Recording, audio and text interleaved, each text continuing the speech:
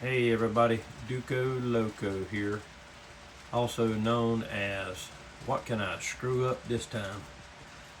Yeah, had a little interesting week here. Over here on my control panel, this switch here, wait a minute, yeah, that switch there, you notice the button's missing.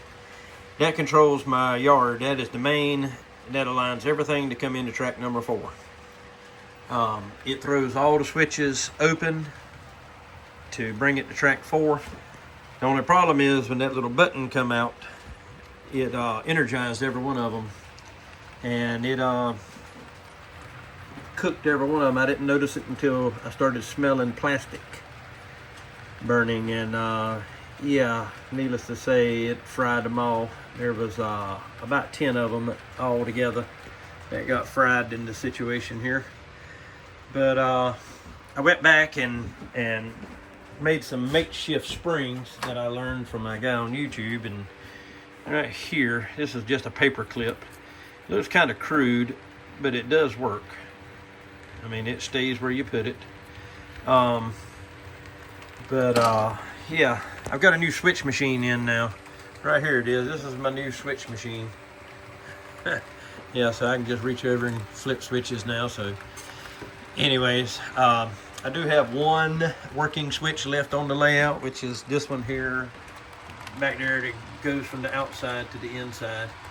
That switch is still working. It's the only one I have left on the layout that still works. Also, this switch here messed up about 2 hours before this one did. So I wound up, it burnt those machines up, and I just wound up taking those switches out. And I got to go back and fix the holes and put new road bedding down and stuff. But that's just a patch just to get my trains back and running. And I moved those two switches, which those are going inside to out.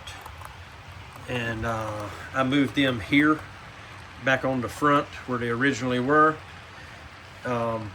Being that switch I just showed you, it's damaged. So I had to put in one of my old brass turnouts just to get locomotives back to running.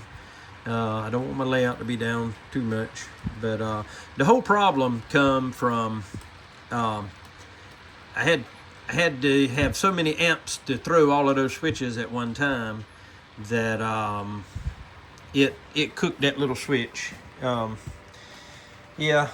I'm a dumbass at times. So if I'd have had a bigger switch on it that could have handled the amps, it would have probably been all right. But it cooked that little switch, and then when it cooked it energized them all and fried all of them. So I threw about 8 or 10 of them in the trash can between those two and what's in the yard. Yeah, so it's been a pretty disastrous week. But I got everything back to going. Just learn from my mistakes, because I'm learning, and boy, I've learned a big lesson this week. Don't put all your eggs in one basket, and that's what I had them on right there. Was I had one basket and it failed, and I broke all my eggs. But other than that, everything is running fine now. Got a lot of patch work done to it to get everything back to running, but that's okay. I'm going to a train show here in about 2 weeks, and we'll see what I can find. I don't know what I'm gonna do about switch machines. I would love to try the tortoise machines, but when I built this layout originally, this old section here it was going to be an N scale, and it was going to be modular to where I could take it out if I needed it to. So, but the framework up under has braces right up under the track on both sides, which wouldn't have been a problem in N scale, but now that I've switched over to HO, it's a little bit of a problem.